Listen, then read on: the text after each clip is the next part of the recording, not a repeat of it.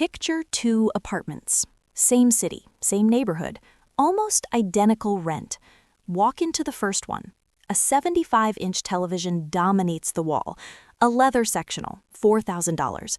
The kitchen is a graveyard of appliances, still in their original boxes. Closets stuffed with clothes, tags dangling like confessions. A spare bedroom converted into a storage unit for things never touched, never wanted, never truly needed.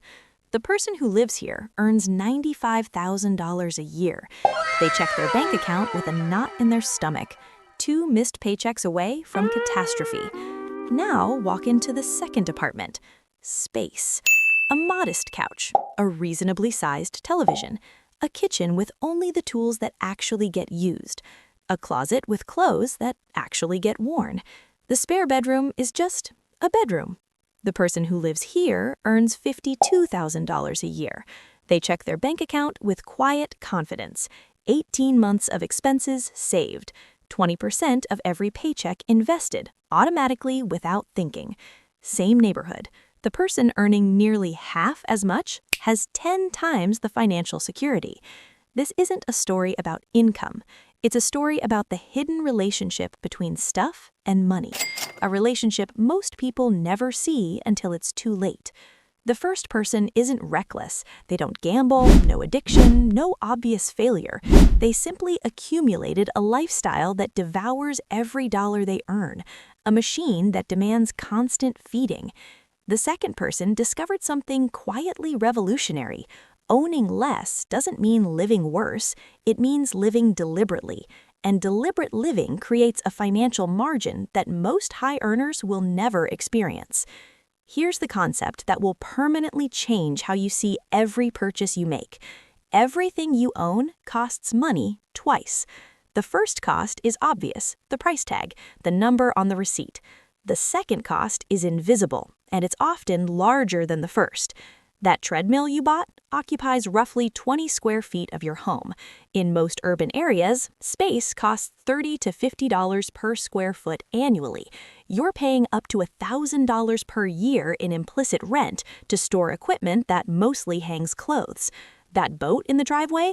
Annual maintenance runs about 10% of its value. $3,000 a year for a $30,000 boat, whether you ever touch the water or not. Then there's the cost you can't put on a spreadsheet: mental energy. Every object you own claims a sliver of your attention. It needs cleaning, organizing, insuring, worrying about, eventually disposing of. Researchers have confirmed that visual clutter elevates cortisol and fragments focus. Your possessions are quietly stressing you out in ways you can't consciously detect. And finally, opportunity cost. That $15,000 home gym isn't just $15,000, it's $50,000 or more in index fund growth over 15 years that simply will never exist. You didn't buy equipment, you bought equipment instead of future freedom. When you tally the true cost, many possessions cost more to own than they cost to buy.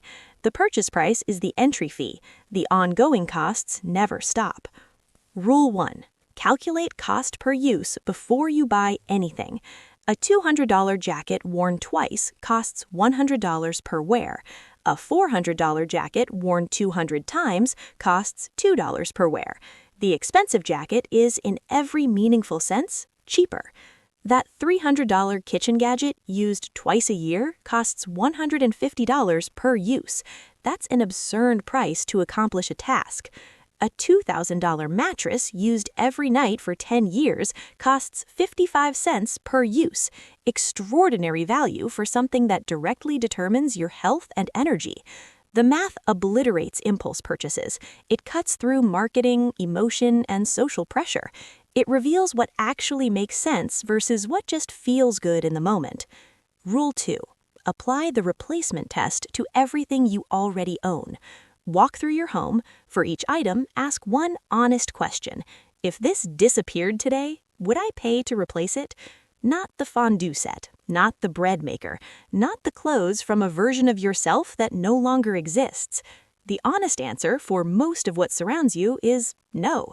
These items exist through inertia, not intention, and inertia costs you in space, in mental weight, in the quiet accumulation of a life cluttered with things you don't actually want.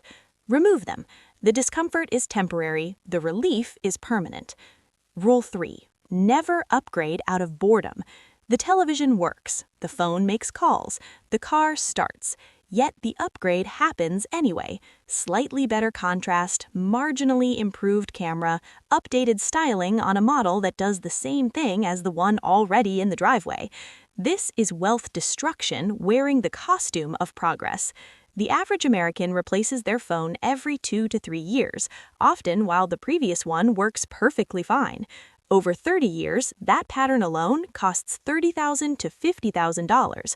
Applied across every category where upgrade culture operates, electronics, furniture, appliances, vehicles, the lifetime waste easily exceeds $200,000. An item remains functional until it genuinely cannot perform its purpose. Boredom is not failure, novelty is not necessity. Rule 4. Engineer your environment to make the right choice the easy choice. Willpower is finite, it depletes by noon. Environment is constant. Remove stored credit cards from online retailers. Delete shopping apps. Enforce a 24-hour waiting period on every non-essential purchase. Set savings to transfer automatically on payday before you ever see the money. The 24-hour rule alone eliminates roughly 70% of impulse purchases. Most desires for objects evaporate within a day if not acted upon immediately. Don't trust discipline. Build systems that make discipline unnecessary. Rule 5. Count your possessions. This sounds obsessive. It is also one of the most clarifying things you will ever do. Count your shirts. Count your kitchen gadgets. Count the books you'll never read again. Most people guess low and discover they own 3 to 4 times what they estimated. Once you know you own 47 shirts, buying a 48th feels different.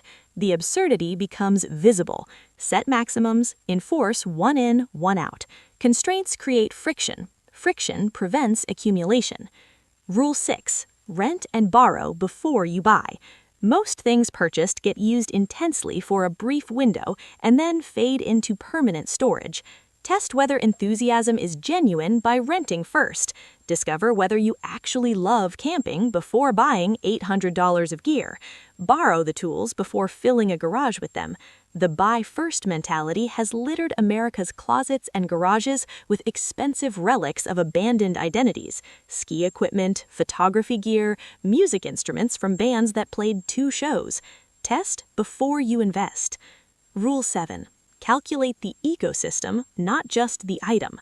A boat requires a trailer, a tow vehicle, storage, insurance, registration, cleaning supplies, safety gear, and appropriate clothing.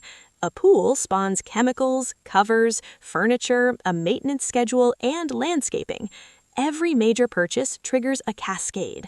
The $5,000 item often represents $12,000 once the ecosystem is fully priced. The reverse is equally powerful. Eliminating one major possession frequently eliminates an entire category of ongoing expense. Rule 8.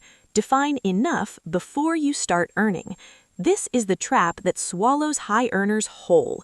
Without a definition of enough, lifestyle expands to match every income increase. People earning $300,000 feel as financially precarious as people earning $80,000 because their expectations rose in perfect lockstep with their salary.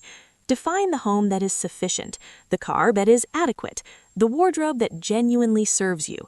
Write it down, refer to it when the pressure to exceed your own standards arrives, and it will arrive, constantly, wearing the faces of neighbors and advertisements and ambient cultural noise.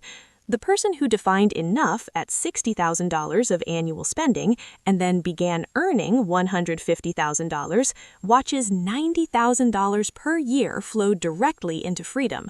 The person earning the same $150,000 with no definition of enough might save almost nothing. Rule 9. Measure wealth by optionality, not accumulation. Can you leave a job that's destroying you? Can you absorb a family emergency without financial collapse? Can you say no to opportunities that compromise your values? This is wealth. It is not the television, it is not the car, it is not the square footage. Optionality requires liquid resources. Every dollar locked in possessions you don't need is a dollar that cannot buy your freedom when you need it most. Rule 10. Declutter cyclically, not annually. One massive purge feels transformative. 2 years later, you're back where you started. Small, regular reviews prevent accumulation from rebuilding. 3 items removed per week, 1 category evaluated per month. The pattern catches accumulation early, maintains awareness, and turns clarity into a habit rather than an event. The 2 apartments exist in every income bracket. The choice between them isn't about how much you earn, it's about whether you own your possessions or whether they own you. The math has always favored freedom. So has the peace of mind.